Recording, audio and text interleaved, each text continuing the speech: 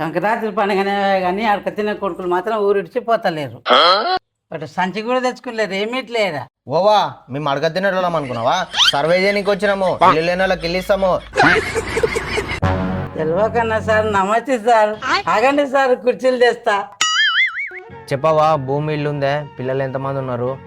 బీదదాన్ని sir నేను. కనీసం ఇల్లు లేదేం లేదు. ఇల్లు కిరాయికుండా కనీసం బాత్రూమ్ కూడా లేదు సార్.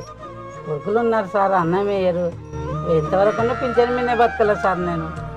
ఇది బంగారు అనుకున్నాను సార్, రోడ్డు గోల్ సార్, ఇది బంగారు కాదు. ఎట్లన్నా చేసి వెళ్ళిపోయింది సార్. ముఖాలు నొప్పులు ఉండవి, నడవనీసలేవు సార్. కనీసం దవాఖాన కొద్దిగా డూప్లికేట్ అద్దాలు ఇచ్చిండ్రు, కళ్ళు కూడా కానీ రావు సార్. నమస్తే సార్, లిఫ్ట్ ఇవ్వండి ఎట్లా దయచేసి. మన 10 ఎకరాల రైతు బంధు పడింది, 50,000 పట్టమా. ఎక్కడి నుంచి వచ్చిన శని కొడుక? నాకు ఇల్లు ఇచ్చే టైంలో వస్తుంది. ఓ సార్ సార్ సార్ సార్ దండ చేస్తాను, నా కొడుకే సార్, నాకు ఇల్లు ఇచ్చిపోండి సార్. ఓ సార్ సార్